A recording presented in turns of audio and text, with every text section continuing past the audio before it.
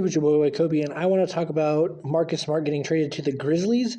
It was a little bit surprising to hear his name being involved in the Kristaps Porzingis three-team trade. Now, I mean, I'm making a video about him just because it's a little surprising, like I said, to hear his name being put in the trade.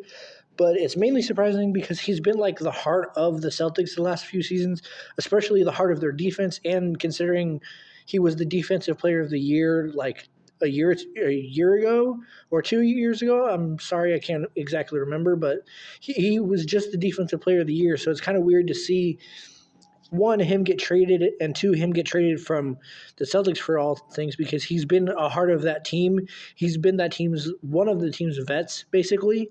So I mean, I feel like everything Boston was him in a sense. I'm not sure if that's a really weird thing to say, but I definitely like Marcus Smart. He's somebody I've always considered as somebody I would get a jersey for. So maybe one day I'll get a Celtics version of his jersey because I loved him when he was on the Celtics. I mean, he's literally still currently only ever been on the Celtics. So, but I mean, it's going to be sad to see him go, but I'm sure he'll become the heart of that Grizzlies defense. He'll definitely be a good veteran for a lot of those young players, and it'll be good to see him hopefully compete well and I mean, hopefully contribute to that team because I feel like the Grizzlies are a team that are like one or two steps away from being contenders or at least conference finals contenders. So maybe he can bring that extra step to the defense that they might need. I mean, with him and Jaren Jackson, you've definitely got two very good defensive players. I mean, you've got Jaren Jackson Jr., who is the defensive player this year.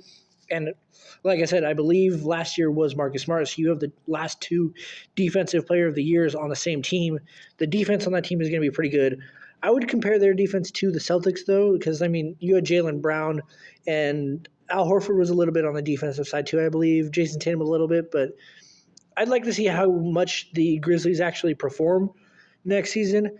I've also seen people say that Marcus Smart will be a good fill-in for Ja Morant during his 25-game suspension, which I've considered making a video talking about that, but I don't want to milk it because, honestly, I feel like it's been milked. But, yeah, it'll be good to see if he can hold his own as probably the starting point guard on that team for that little gap. I know he's kind of like a point guard shooting guard, so it'll be interesting to see.